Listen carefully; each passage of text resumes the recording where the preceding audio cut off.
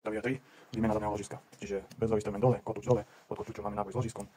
Bezdrový strmeň, jedna skrtka, druhá skrtka. Po prípade, ak teda držek strmeňa dole, vzadu máme 1001, 2 dole.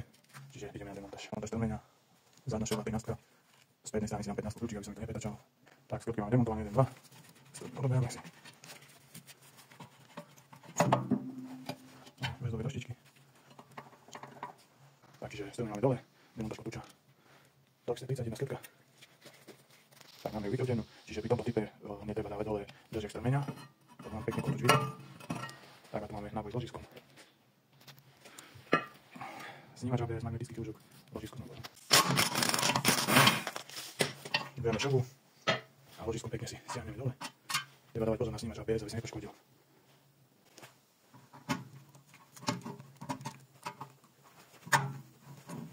Tak máme naspäť novú skutku. Tak, keď skutku máme, nový kit.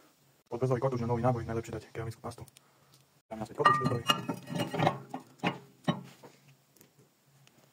Vyťahneme to 30 skutku. Tak dostatok okna do čičí poriadne vyčistíme. Premážeme vodítka. Tak, založíme nové dosky, tiež si dáme troška keramickej pasty.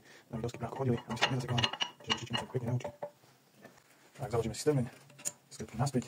Tak, je to hotové. Ak ma chceš sledovať ďalej, tak mi daj follow, dozví sa viac, budem dopísať ďalšie krátke videá a ak ma zaujíma nejaké súťaže, tak na Hero chcem spustiť nejaké súťaže, čiže všetci poďte tam, odobierajte, pri nejakom počte sledujúcich spúšťam súťaže o hociaké veci cenné. Tak sa majte, teším sa na vás.